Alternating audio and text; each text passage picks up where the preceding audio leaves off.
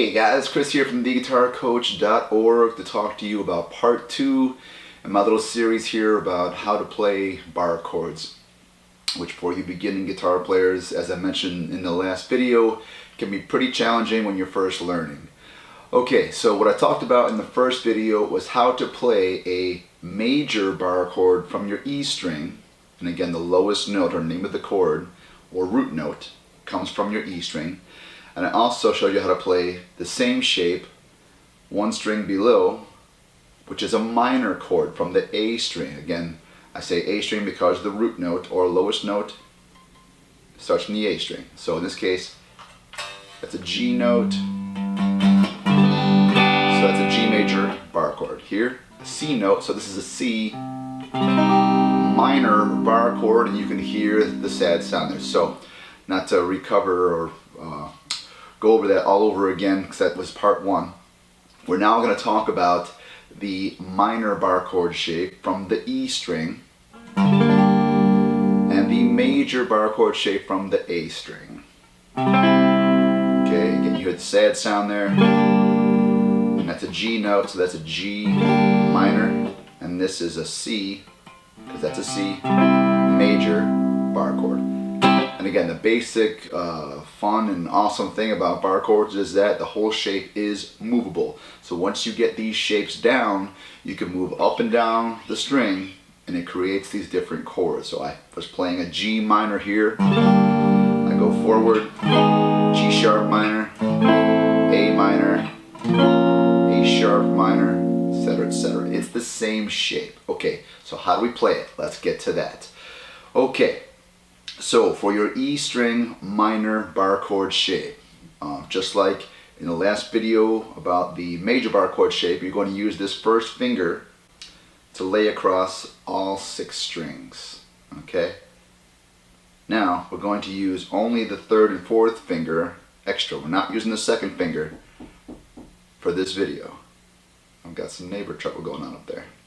Okay, so we're going to use the 3rd finger to go right here on the A string, 2 frets over from where the first finger is. Okay, that's the 3rd finger. We're going to put the 4th finger right underneath it on the D string.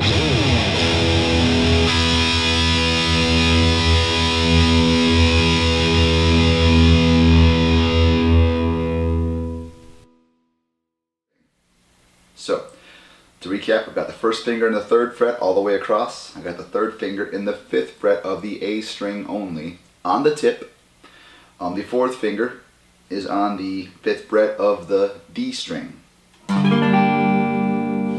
as I talk about in my videos, I'm hooking around here so that this skin of this finger does not touch the G string underneath there. That's very, very important.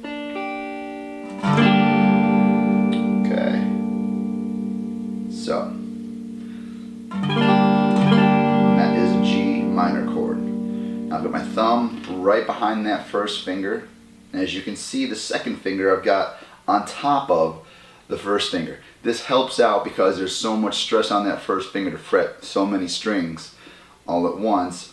If you're not using the 2nd finger, which for this minor bar chord we're not using it, why not put it on top of the 1st finger to help out with squeezing those notes down? Okay? So there is your E string minor bar chord. Okay, and again, movable. Those are all minor chords. Okay?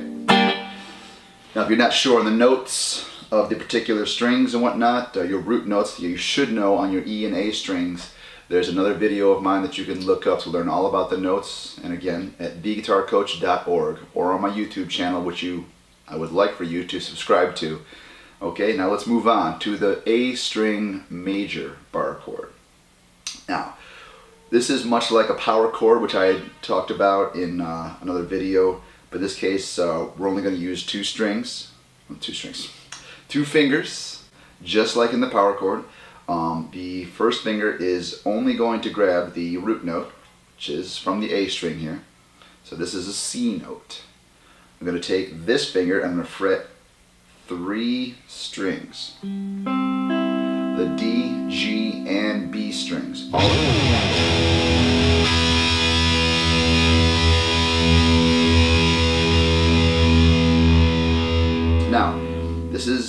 important and very difficult if you're not used to it, in that I've got to fret all three of those strings. So what I'm doing here is, but what I also have to do in turn is keep this high E string quiet. Okay? All those strings have to ring, the D, G, and B, and the E string has to be quiet. So in this case, we're using the extra skin from this finger to kind of angle up and just touch that to keep it nice and quiet, because we don't want it to ring here. Okay, so we just want the 4 in between strings to ring. Okay, I'm just fretting the root note here with my first finger, all 3 of these with the 3rd finger, and muting the high E string. Okay, so it's very important that your finger becomes like a concave shape, you know, kind of like so. Okay, you don't want to fret straight flat like that, because then you end up fretting the high E string and then it becomes a different chord because you make that note sound, and we don't want that, not for this particular chord. Okay, so it's important that you fret like that. Okay, and this knuckle kind of comes up. You can see my pinky is just kind of hanging out here, down by the 3rd finger's knuckle, and the 2nd finger is not really doing much of anything, just kind of hanging out there as well. Okay. And this shape also is movable. Alright. Now the fretting power comes from this part of your hand right here, which, as you can see, my thumb is right behind that first finger, kind of angled towards the headstock. And you can see I'm causing leverage here for that 3rd finger. Okay.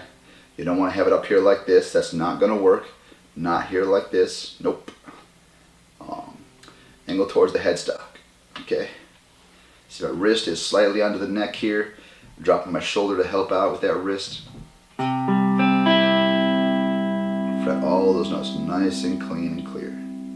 Okay. And that is your A string major bar chord, which again is movable.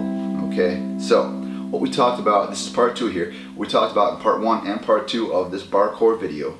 We talked about all of them. Your major bar chord shape from the E string, which is the same shape on your A string for a minor bar chord. And now the minor bar chord shape from the E string to the major bar chord shape from the A string. So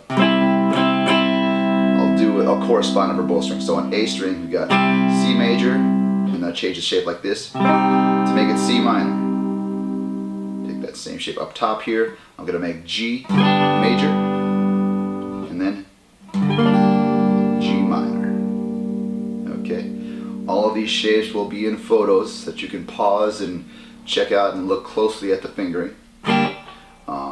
Remember, for that A string major, you want to use the face of your fingers and angle that knuckle. For the minor, you want to use the tips of these fingers and hook around so that this part of your hand is not touching. I want to make sure that it goes right on, and you don't have the skin of any fingers touching any strings and muting them potentially. Okay, same thing with this major shape, and same thing with this minor shape. You can see that going around like this. You don't want to fret like that, so that my 4th finger does not mute that E string. Okay. So, now questions on, sometimes people be like, well, if we're playing a G major chord here, well, why wouldn't we just play this G chord? Why would we need to play that bar chord? What's the big deal? Why don't I just play this G chord the whole time?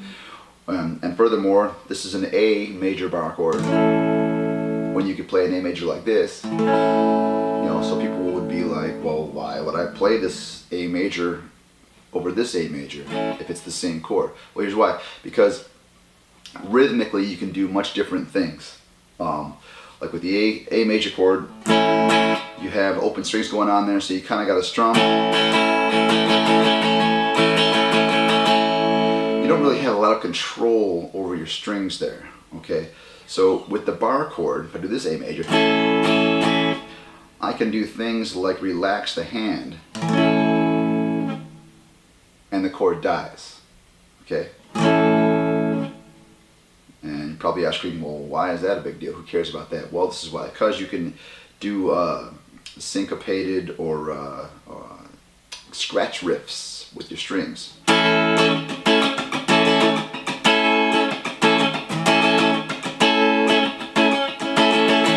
Okay, and you can see I'm just kind of squeezing the chord down and then relaxing the hand to mute those strings. This is the benefit of playing some bar chords, but also the shape of it too.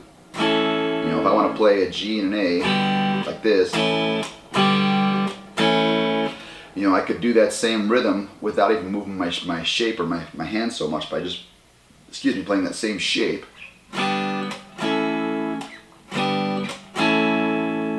Okay, and sometimes you want to be able to quiet the strings really quickly just by relaxing the hand, okay?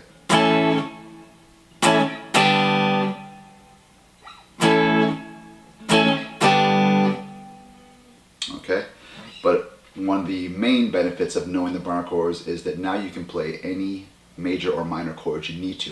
And this includes the sharp chords, okay? And, of course, B major. If you're savvy on all of your open chords by now, you probably know how to play A major, C major, D major, E major, F major, and G major.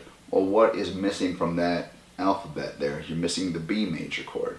So now with the bar chords, you're able to do that, as well as those in-between chords, which are the sharp and flat chords, okay? So there you have it. Bar chords allow you to play any major or minor chord that you need to, that some songs will call for. So there you have it. Bar chord lesson part 2 complete. Hope you guys enjoyed that. Hope you learned a lot from that. If you want more information on how to play those, or you want to move on to, you know, learning other stuff like chord theory and, you know, music theory in general, look me up at theguitarcoach.org, and please, by all means, subscribe to my YouTube channel. Hope you guys are having a great day. See you later.